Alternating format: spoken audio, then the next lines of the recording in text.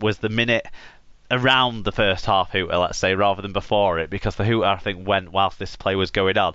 But Kristen Inu took a penalty to wind the clock down, and he hit the post, I think, or didn't quite go dead, one or the other, and it led to a kind of a bit of a ping pong. I don't understand how the ball didn't go dead at any point of this. But Yep. I think one of the Cass outside backs tried to kick it for themselves in a situation where they were never going to get to the kick, but it ended up back in Salford hands, and they were winging it about all over the place, thinking maybe they'll find a gap to get an extra score before they go back into the sheds. But actually, it was Jordan Rankin who picked the pocket of one of the Salford passes and went up the other end and right under the sticks as well. So it became it from 18-10 and potentially 20-10. It went to 18-16 before half time. Yeah, so it's a completely different story. Well, Castleford fans would have been hoping that would give them the impetus, wouldn't they, in the second half? But it clearly didn't, because they didn't score any more points after that one, and Salford eased through the game. Now, McShane picked up an injury, as did Junior Moores. The Junior Moores one got the most chat, didn't it? Did you see any of the chat about this, about Powell being unhappy about the decision at the time, prowling along the sidelines, not making it onto the pitch? Good. So he's learned something. Suspended fine still in his pocket, but he was outraged about it at the time. I think after the game he was more reflective and realised there was probably more accident than deliberate in this. And the only actual incident from this game that warranted any sort of action from the disciplinary in the end was Adam Walker going on report for a dangerous contact, which is not the one that had the people blowing up at the game. So there you go on that. But big win for Salford, this one, isn't it? In the shake-up of things. This we'll talk about the standings later, but this was huge for both teams chasing the top five. Do you think? Definitely, yeah. And Cass just seem to have imploded, don't they? And like Rob says, they've got a lot of the players back. Yeah, I mean, they've got Gale out still, but he's been out all season. It's not a new injury. So it's just Shenton, isn't it, really, that they don't have back? Because Rankin was out for a while, Millington was out for a while, McMeekin and Moores were both out for a while. Sonny Lefeo obviously had his compassionate leave. They were all in this side. The bench was Millington, Milner, Moores and Cook. That would have been is a bench that Cass fans would have been salivating over when they were in that winning run 2 months ago. Yeah, and you look down, the starting 13, you've got so many of your low numbers, haven't you? Yeah, definitely, yeah, for certain. And Chase Blair's coming from the NRL is not a shoddy signing to come in and replace Michael Shenton in that centre position. Obviously, it's not quite the same, but he hasn't clicked, has he? I don't think. I think he's starting to put in individual efforts, but you're right, he hasn't clicked with the players around him. I don't think he's clicked with Jake Truman. I think that is an issue. Right, yeah. Whether Truman is as comfortable in this team right now as he had been when the platform was being laid by the forwards, when Millington was playing a really good role distributing the ball, when Junior Moores and Sonny Lefeo were busting holes in everyone and all comers, and when McShane was really setting the tone for the Cass side, and McShane has not been doing that for... He's had some really poor games and some really stupid decision-making moments, hasn't he, in recent matches? Yeah, you think back to the one against Leeds, don't you? And then there was another one in another game that was a similar call. So you're right to call on both of them for certain. And I just think since that Leeds game, and then he got a ban, didn't he? He hasn't had a positive influence on this Cass side overall. No. But whereas for Salford, their big players are having a positive influence. Niall Levels got another try. Jackson Hastings, we talked about, 3 points in the Man of Steel, 3 points in the Albert Goldthorpe. He's second in the Man of Steel standings now. They're two of their real strike weapon players who really... Evalds is just a really clever fullback. And what impresses me as well hugely about Salford is they're not making mistakes. The forwards, they're players that aren't top line names. So Mossop, Dudson, McCarthy, Lannon, who came back in for his second debut, people like that.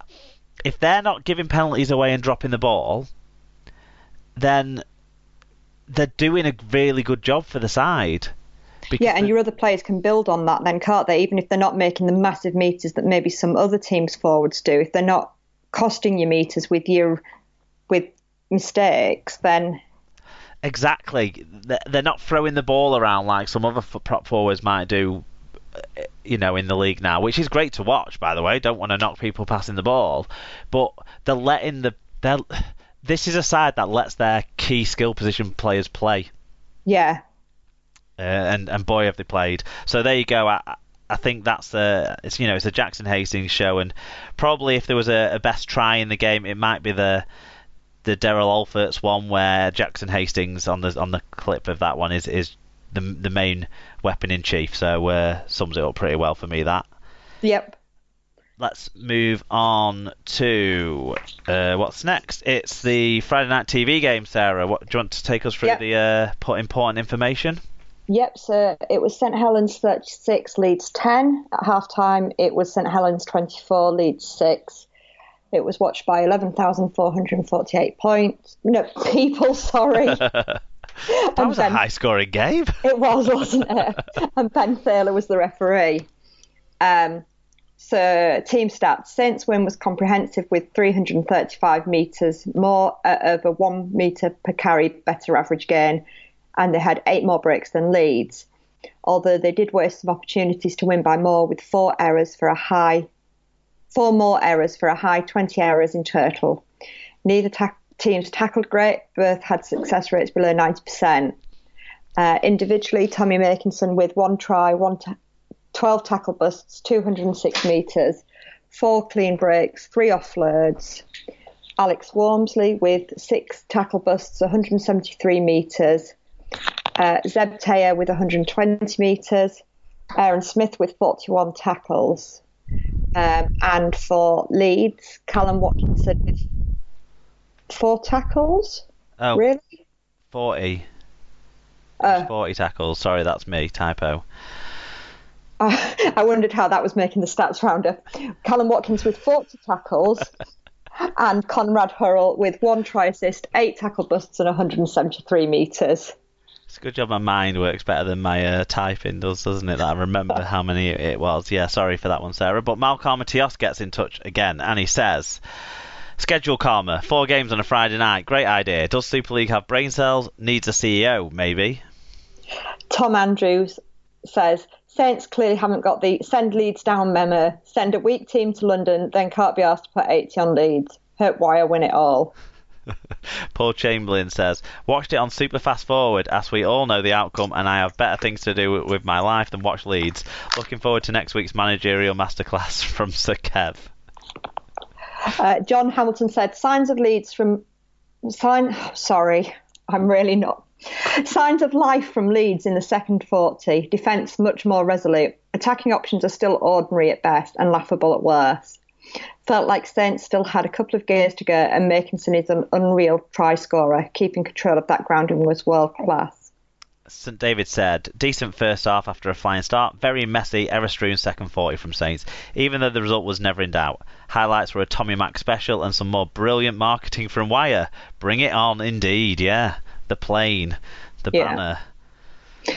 Josh said, that was just a crap game to watch. Why they keep putting Leeds on TV, I don't know. It wasn't a game I was expecting to win, and we looked destined for a hammering by 4 minutes in. But the second half, we put in a little bit more effort. Luckily, it was not the smashing it could have been, but I genuinely thought St Helens cursed it. Sorry, that's in there twice. So Joshua's granddad says, ordinary performance by Saints, still too much for a poor Leeds side in a disappointing game. Highlight was Wolfie's fly pass, but even that wasn't as classy as FC 2016 at Caravan Park. Yep. You'll have to remind us less initiated. A couple of Hull fans arranged a fly pass at Craven Park when Rovers were on the telly against somebody, pointing out that we'd now won at Wembley. Okay. Well, you were letting the whole of Hull know, really. Just happened to be that they were on the flight route. Repeatedly. Yeah. Fair enough. So what did you make of this one then? Were you kind of the same as the correspondents who've got in touch? Yes. Yeah, so I must admit, I didn't watch it closely. I had it on, but I was also doing other things, mainly dealing with my children.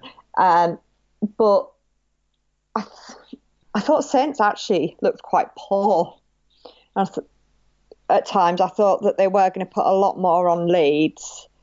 But I guess it's a sad state of affairs, actually, when Saints are off the field and off the pace and they still score 36 points past you. Yeah, I mean, the half-time scoreline that you gave, 24-6, I think it was certainly all over by then, and maybe like, who was it? Josh said it was over after 4 minutes because it was two tries in quick fashion. And the first try was a real gaff by young what's his face, Walker, the fullback, who we all love. Called Walker, isn't he? Yeah, we all think he's good, but people are going to make mistakes every now and again, and it was punished. And then just hot knife through butter stuff for the second try. You see, I was a couple of minutes late switching it on, and it was 12-0. Exactly. It had gone already, hadn't it, by that Don stage? was already finding his comfort in the bottom of a glass somewhere, I think. Yeah, and I mean, let's try and who stood out for you from the bits that were worth watching in this game? Do we start and end with Tommy Makinson a little bit? Yeah. I mean, he played well. He's got nice, nice play, nice. He's just a really good player, isn't he? Really. Yeah, I mean, he made a lot of meters in this game, so that bodes well for him. But let's is that try is the kind of, we're going to talk about another one when we get to the last game, which we'll get to in a few minutes. But that sort of try is the sort of thing that sets our game apart, I think. Yeah, it's the sort of thing you want to use to advertise the game, isn't it? Exactly. You want it all over clips of that all over the place. Kids, look at this. This is amazing. How entertaining is this? Yeah. Yeah, this is what you could do. Yeah. Other than that, you want to say, like, Johnny Lomax, Lachlan Coote, they're still going great guns, aren't they? But Coote made some mistakes at the back there, I thought. Yeah, sloppy. Yeah, some of the takes of the kicks and things. Yeah. A couple of times. I agree. But they got away with it because they were playing a woeful Leeds.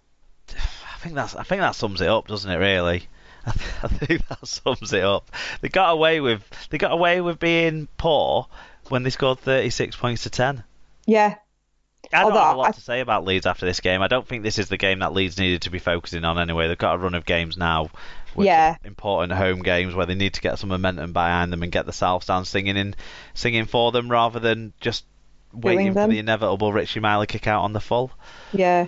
I think my highlight of the match there was when Thaler called over McCarthy Scarsbrook and said, "Are you the captain?" And he said, "No." He says, "Well, go away then." And then he calls Lomax over and says, "Are you the captain?" And he says, "Yeah." He says, "Well, tell him to shut up then." Because the last two decisions I've made, he's had an opinion on, and I don't want it. Otherwise, he's watching it from the stand.